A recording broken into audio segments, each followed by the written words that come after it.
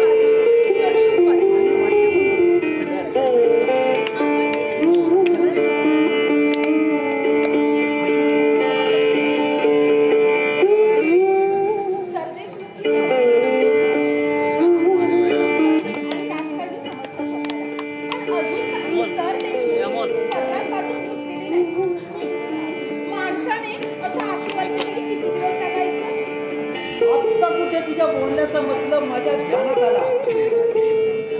लाडके शेवंती, तुला दिलेल्या वचनाची मला पूर्ण आठवण होती. त्या कालावधीनंतर आत्ताची तुझे नामी संधी चालून आलेली आहे.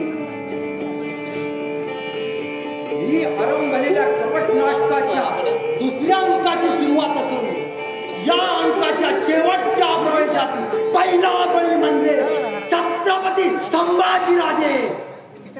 शिवा शिवा, आपण काय आरंभले?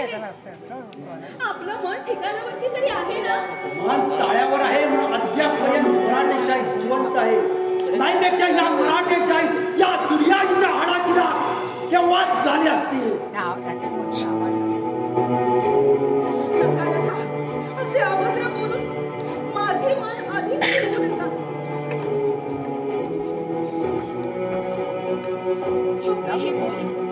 आपले हे बोल माझ्या काळजासाठी थरका पडवत आहे. अहो, ज्याच्या पदरी चाकरी त्याच्याशी असे बेईमान होऊन अन्नदात्या संभाजी राजाच्या सुरास तुम्ही प्रवृत्त झाला तरी कसे? काय म्हणावं या तुमच्या राक्षसीपणाला? माणसाला माणुसकीचा हक्क मिळाला नाही की तो राक्षसच बनतो. शेवटी काय सांगू माझ्या मनाची अवस्था. मान सांगावा जनात आणि अपमान सोसावा मनात, अशा विचित्र अवस्थेत आजवर मी दिवस कटत आहे. म्हणूनच या अपमानाचा बदला घेण्यासाठी स्वदेशमुखीच्या हक्कासाठी राक्षस संचार आहे माझ्या अंगात. मी आरंभलेल्या कपटकारस्थानाच्या पत्या आणि सूत्रधार मीच असून मनुष्याला हातून माझी तर छत्रपती संभाजीराजांच्या गळ्याला पाप लावण्याची कुणाची हिंमत होती?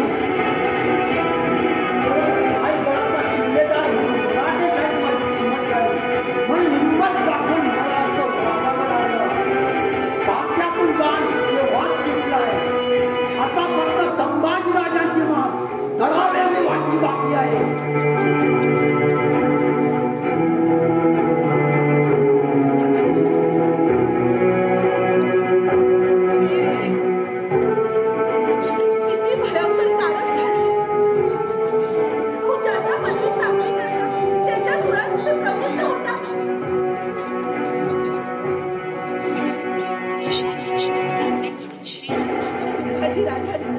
संभाजी राजांचा निधड्या छातीचा वीर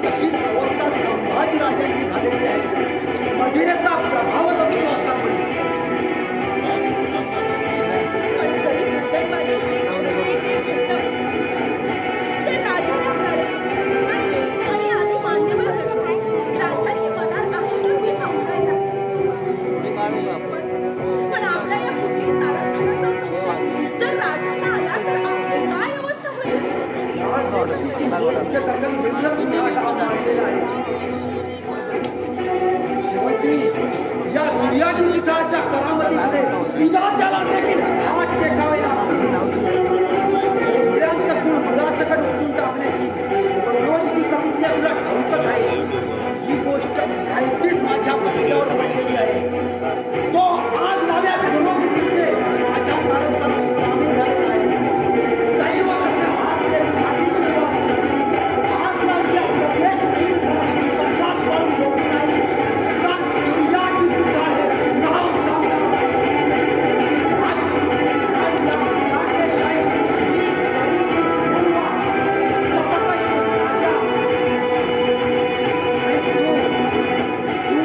राणी.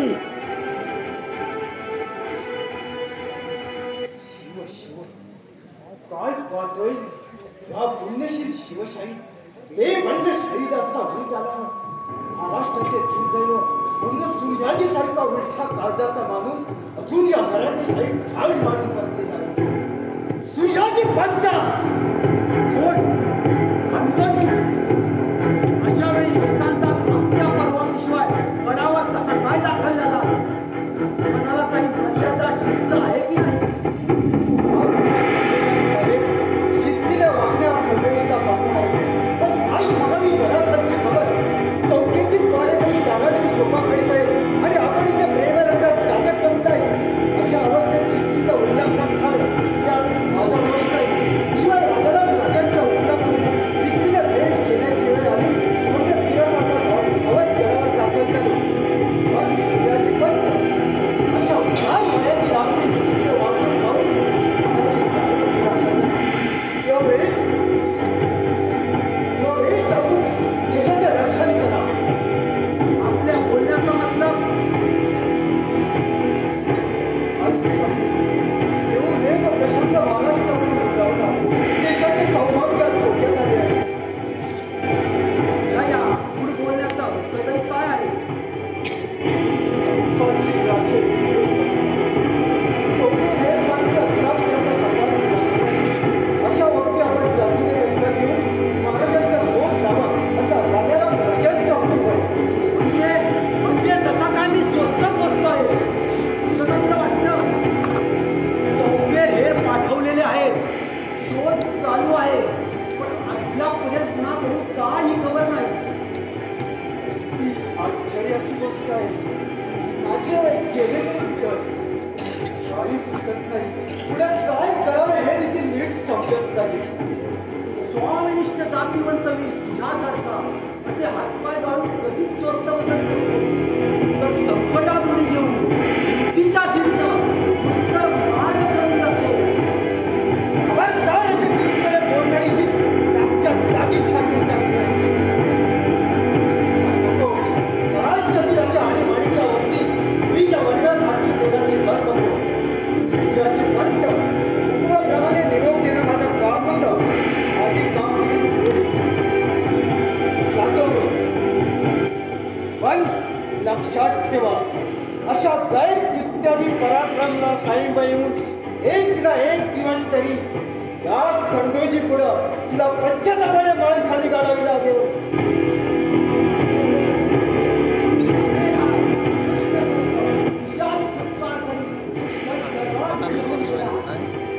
आरामखोर घात की कुठला. पण मी म्हणते या अशा विषारी सापाला जिथल्या तिथे ठेचायचं हेच योग्य नाही का. गोष्ट खरी आहे. पण अशा सर्पाला ठेचण्यासाठी योग्य समयाची मी वाट पाहत आहे. मला खात्री आहे की तुझ्यासारखी सुंदर चालाक स्त्री अशा काळ सर्पाला जाळ्यात पकडण्यात लवकरच यश मिळवेल. श्रीमंती हा तर खरा डाव खेळून असा काही डाव खेळला पाहिजे की डावाच्या पहिल्या धावासाची धाड एकीकडे आणि शीर दुसरीकडे.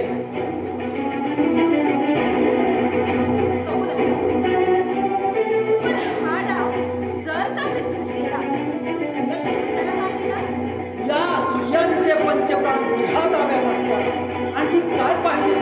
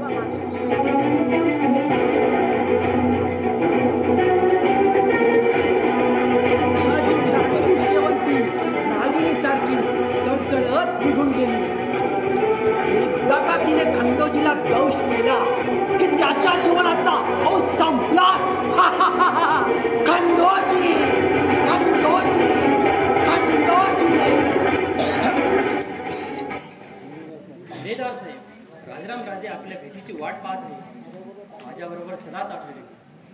ठीक आहे, तू हो पुढं, मी आलोच पाठोपाठ. मला वाटतं त्या हरामखोर खंड्यानं राजाराम राजांच्या काणी काहीतरी कुठील कुंकर घातलेली दिसते. खंड्या, याद राख, मौका सापडतात एकटा तुला तरी जगाड करी, नाहीतरी मी तरी जगाड होईल, हीच माझी प्रतिज्ञा.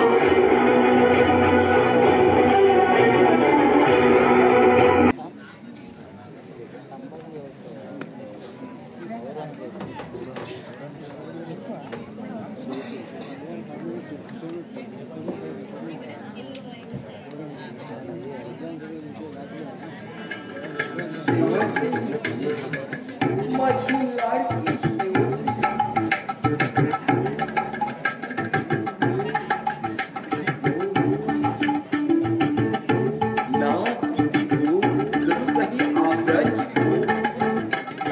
तरी कुबेराची सारी धनदौलत तिच्या पायाशी उठली तरी तिची रूप दौलत अधिक मोलाची ठरेल.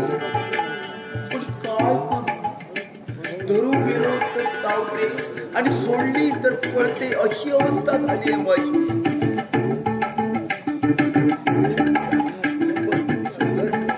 तिला पाहिल्यापासून तिला किती विशेषणाने आगळून टाकली. रंभा, मेनका, उर्वशी अशा सुंदर सुंदर विशेषणाने तिला पुन्हा पुन्हा आगळून टाकली. शेवटी अळवावर पाणी ते पाणी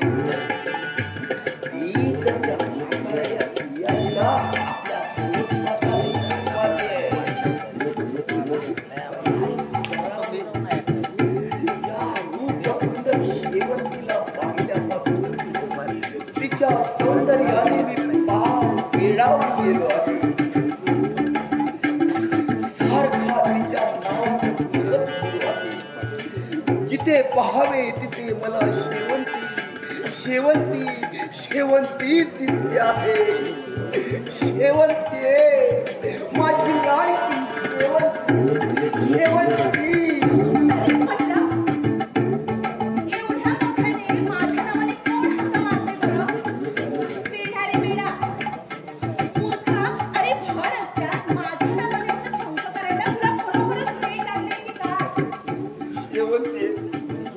धडधडीत डोळ्याने माझी अशी अवस्था पाहिली असताना मला आणखी काय वेळ लागायचं बाकी राहिलंय. स्वप्नी मला एकच दिसते, ती म्हणजे माझी शेवंता.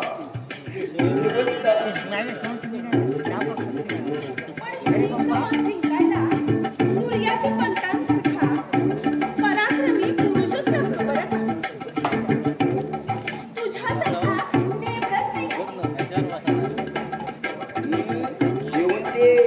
मी सुद्धा काही कमी पराक्रमी नाही.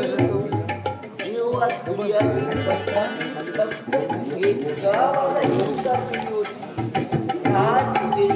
चार मेघाची शिकार करून यांच्यापेक्षा वरकर ठरलो होतो. हे नसल्यामुळे नेम बहादर मी माझी नाव.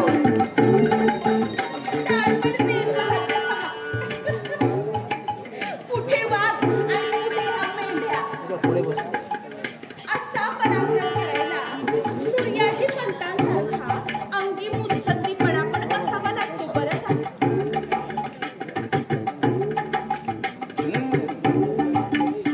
याही गुणात मी काही कमी नाही आणि अंगी जिद्द देखील आहे माझ्या.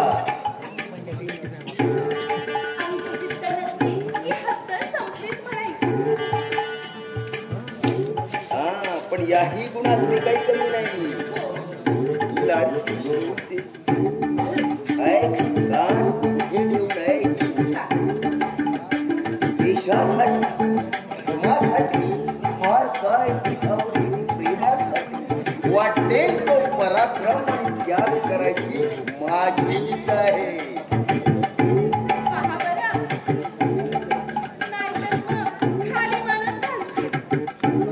शक्य नाही. एक वेळ पूर्वेचा सूर्य पश्चिमेला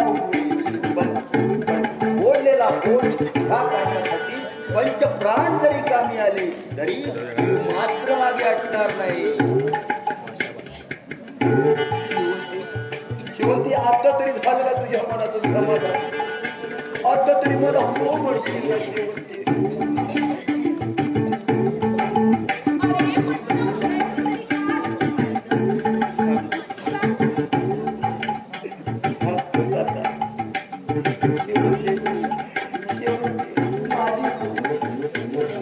मला तुझ्या खुशीत उत्साह शेवटी. लाडकी शेवटी देशील ना मला उत्साह.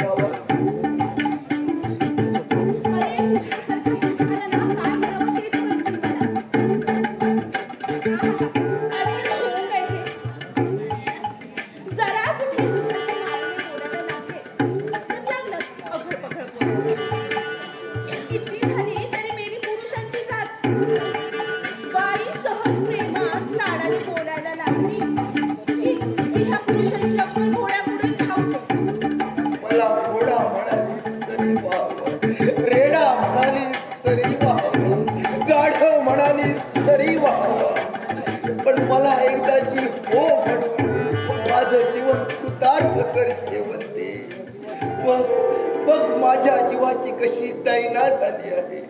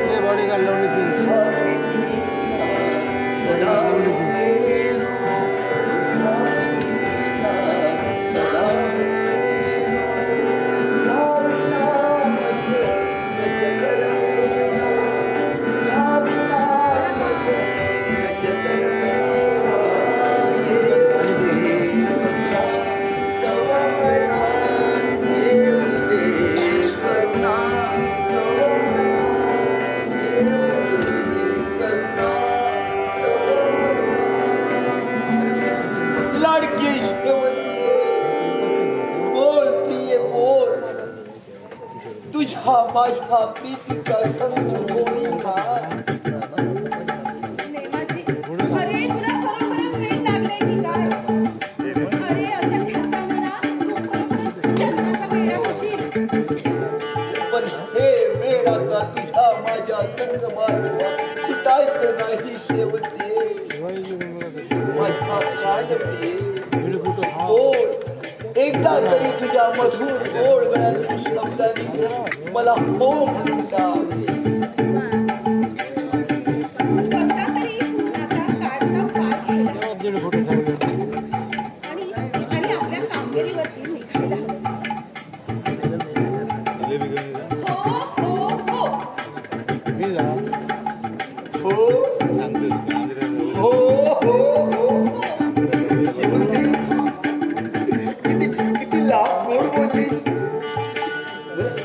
मला तर आता असं वाटायला लागलंय की तुला घेऊ तरी कुठे, तर हातावर घेऊ की खांद्यावर की डोक्यावर घेऊन घर घर घर घर घर नाचू.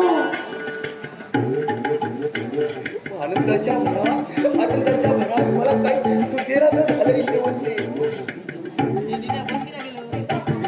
काही बोलू नकोस. जेव्हा वेळ येईल ना तेव्हा मी तुला सगळं समजलं. पण केव्हा? तुझं नेहमीच हेच असतं बघ शेवटी. अगं भविष्यकाळाचा नेम काय द्यावा?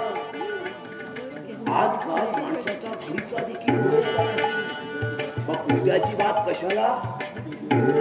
इतके दिवस तुझ्या प्रीतीने मी चंद्रासारखा जिंकतोय.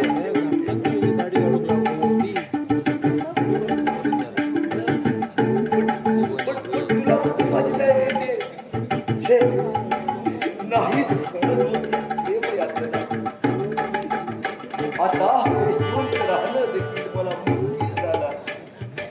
आज ठरलं असाच घोर रंगात जाऊन तुला प्रसन्न करून घेण्यासाठी तू प्रसन्न होऊन अनुग्रह पेक्षा कोण अनुग्रह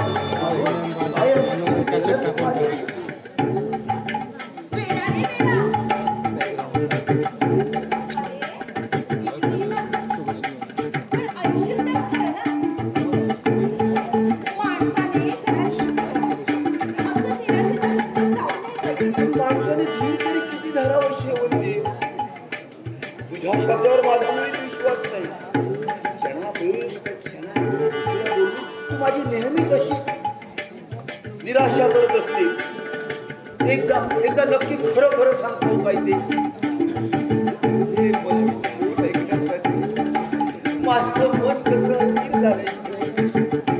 माझ्या प्रीती देवते संगम होईल ना.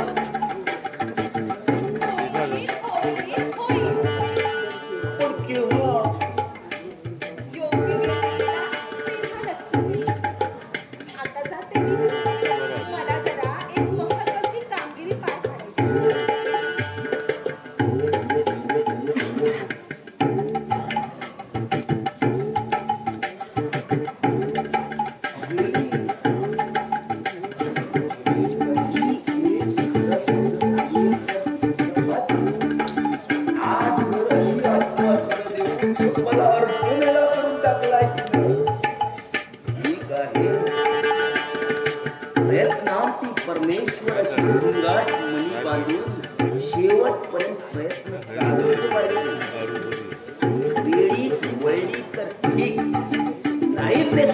जबरदस्तीने तिला माझ्या पायाशी काय बसवलं. नावाचा माझी नाव नाही.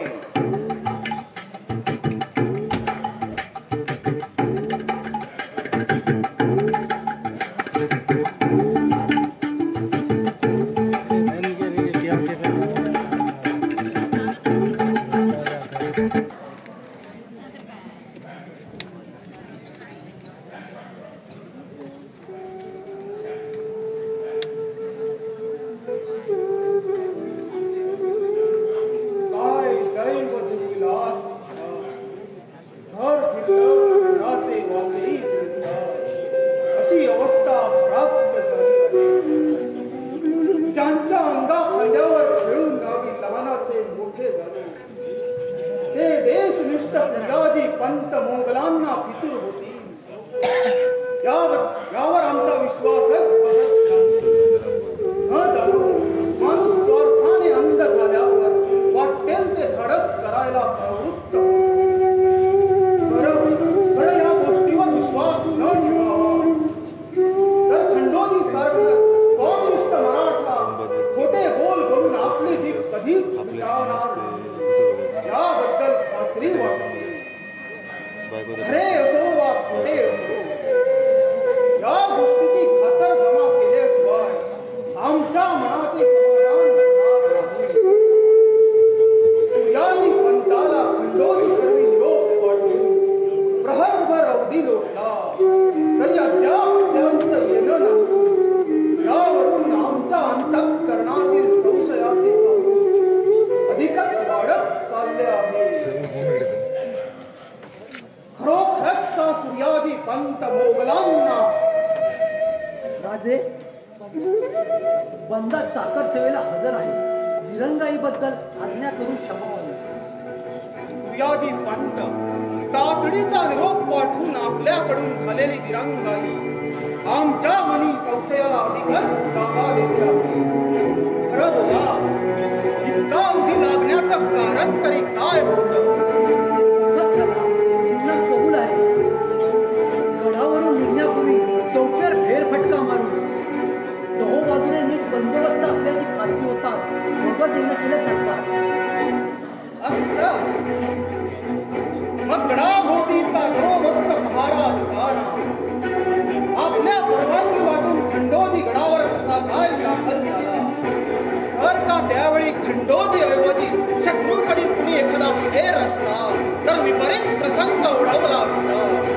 याची आपल्याला दखल आहे का? त्यावेळी तसा मी जाणून आणल्या मिठाला जाणणारा चाकर आहे मी. दुर्दैवाने जर का खरोखरच विपरीत प्रसंग उडावला असता तर या सूर्याजीनं देहाचा कोट करून छातीची ढाल करून किल्ल्याचं रक्षण केलं असतं याची राजाजीने खात्री बाळगावी. आपल्या पराक्रमाची खात्री आहे आम्हाला, पण आज पावे तो छत्रपती शंभूराजे मराठेशाहीच्या पंचक्रोशी बाहेर बेपत्ता असल्याचे जाणूनही त्यांचा शोध करण्याऐवजी नाक तमाशात रंगून जाण्यात आपल्यासारख्या जबाबदार पुरुषाला शोभून दिसत नाही.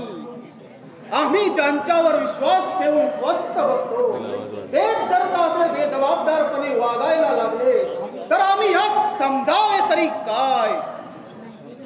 अशा प्रसंगी असं वागण्यात माझ्या हातून खरोखरच नकळत चूक घडली, याबद्दल क्षमा करावी. या उपर माझ्या हातून असा अपराध घडला तर वाटेल ती शिक्षा भोगायला मी तयार आहे. अपराधी माणूस शिक्षेला पात्र होतो असा मराठेशाहीचा न्यायच आहे.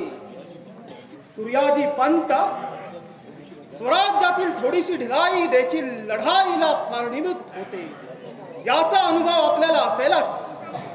पण आज तोह बाजूंनी मोंगल मराठ्यांच्या पाठीशी लागलेले असताना शंभूराजेही बेपत्ता आहे. अशा आणीबाणीच्या प्रसंगी गडावरील ढिलाई आणि आपण आपली विचित्र वागणूक पाहून आपण मोगलांना फितूर असल्याबद्दल आम्हाला दाट वहीम आहे. सूर्याजी पंत खरं बोला, छत्रपती शंभूराजांना मराठेशाहीच्या पंचक्रोशी बाहेर पळवून नेण्यात कलुषाने केलेल्या अजब कारस्थानात आपण सामील झालात की नाही? खरं बोला. कलुषाच्या अजब कारस्थानात सामील नाहक पुराव्याशिवाय माझ्यावर केवढा धडधडीत आरोप हा.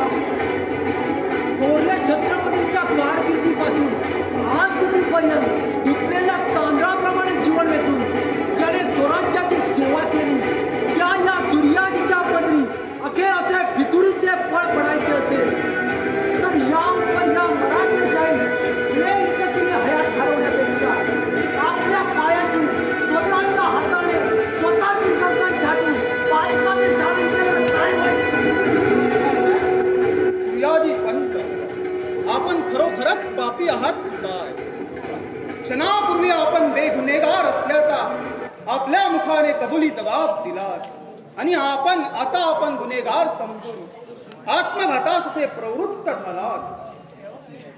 आपल्या या संशयी वृत्तीवरून आपण मोगलांना फितूर आहात हे खात्रीनं सिद्ध होतं. फितूर? मी फितूर नाही, मी फितूर नाही.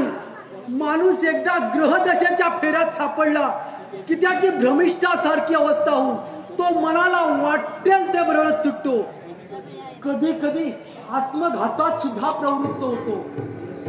कबूल आहे, पण बेगुन्हेगार मात्र पापाला कधीच डरत नाही, तर पापच त्याला घाबरून 12 वाटा पळत सुटते.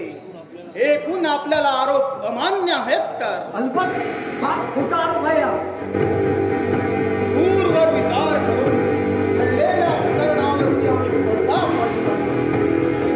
पण जर का यापुढे असे बेजबाबदारपणे वागाल तर फितुरीच्या आरोपाखाली देहांत शासनाची सदा भोगावी लागेल हे ध्यानात ठेवून स्वराज्याची इमानदारी सेवा करा. आपली आज्ञा शिरसामान्य आहे.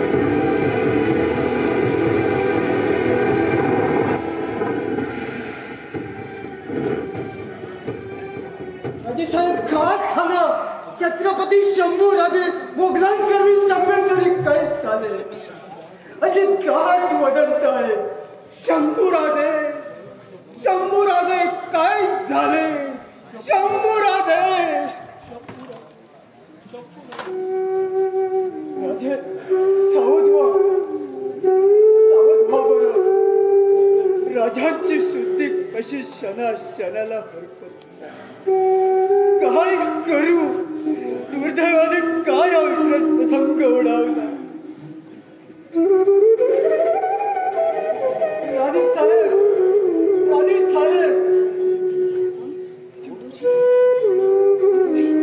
राजांची शुद्ध हरपली.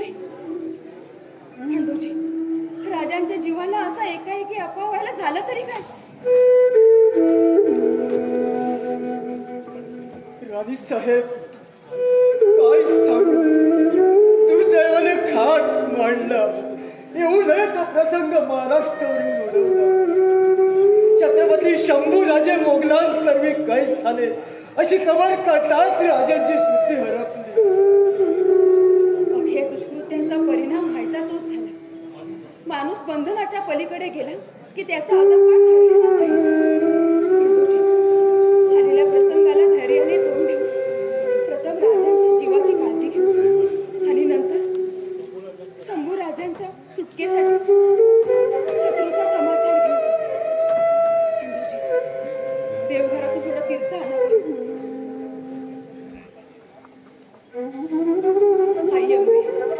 माझ्या सौभाग्याचा मोह अखंड राहा अशी तुझ्या चरणी माझी प्रार्थना आहे.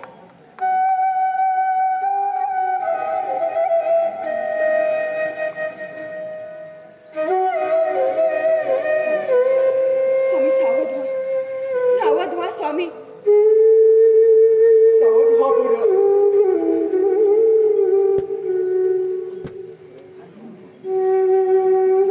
शंभूराजे कुठे आहेत माझे शंभूराजे? राणी साहेब आपण इथं? आता आपल्या जीवाला थोडं बरं वाटतं ना? होय, आमच्या जीवाची काळजी करण्याचं कारण नाही.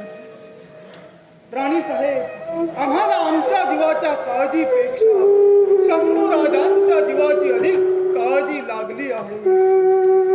खंडोजी, छत्रपती शंभूराजे कैद झाले ही गोष्ट खरोखरच खरी आहे का? खरोखरच खरी आहे? होय राजे, आपले दुर्दैव म्हणूनच महाराजांना असा दुर्धर प्रसंग ओढावला. अरे रे, शंभूराजांची काय अवस्था झाली असेल बरं? पुन्हा कर्मचांडाळाने शंभूराजांची अशी अवस्था केली. त्या कर्मचांडाळाचं नाव सांगा. एकाच क्षणी त्या कर्मचांडाळाला जागच्या जागी ठार मारून टाकतो. महाराजांची अशी गत व्हायला कलुषाच्या कपट कारस्थानात सामील होऊन नामा निराळा राहिलेला तो दृष्ट सर्प सूर्याजी पिसाळ. सूर्याजी पिसाळ अखेर कुऱ्हाडीचा दांडा गोता काळ ठरला ना. असाच जातो आणि त्या सूर्याजीची मान धडावेची करतो. अशा वेळी हा असा उद्धटपणा बनत असे. आधीच मुघल मराठेशाही साम्राज्यात हा वासून टाकलेला आहे. अशा शंभू राजांवर येऊ नये तो प्रसंग ओढवला. अशा आणीबाणीच्या वेळी सूर्याजीला ठार उगाच भडकलेल्या आगीत तेलाची भर नको. राजे साहेबांचे बोल स्वार्थ आहे. अशा आणीबाणीच्या वेळी संयमाने वागून प्रथम महाराजांच्या सुटकेचा मार्ग मोकळा केला पाहिजे आणि नंतरच त्या निर्माण ठराव सूर्याजीची विल्हेवाट लावली पाहिजे. राजे, मला आज्ञा द्या. मी जातीने शंभू राजांच्या सुटकेचा प्रयत्न करतो. कसाही प्रसंग आला तरी महाराजांना पुन्हा महाराष्ट्रात घेऊन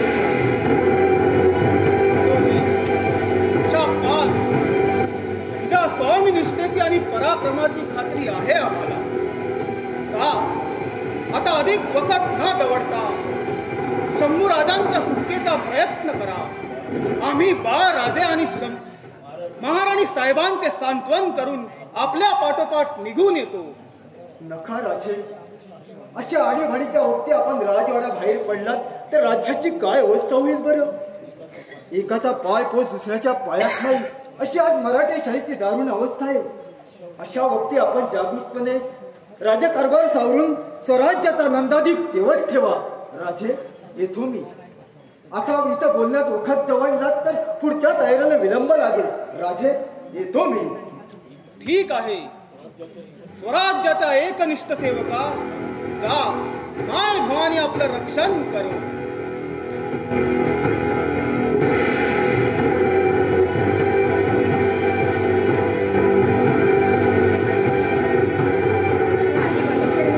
खंडोजीचे बोल लक्षात घेऊन कर्तव्याला सांगून स्वराज्याचा राज्यकारभार हाती घ्या. राणी साहेब, काय झाला हा तुमचा शंभूराजांच्या गळी मृत्यूचा फास लागण्याची वेळ येऊन ठेपलेली असताना असले विशाल विचार आपल्या मनाला शिवतात तरी कसे? धिक्कार धिक्कार असो तुम्हाला. जेव्हा तेव्हा आपण आमचा असा मान करतो, आम्हाला हिरवीत आहात, तसं काही या मराठी शाळेत आम्हाला कवच आहे नव्हतं नाही. बस खरला विचार या अशा प्रतिवर्षात जीवन घडण्यापेक्षा या कट्ट्यागिरी जीवनाचा शेवट केली काय वाईट?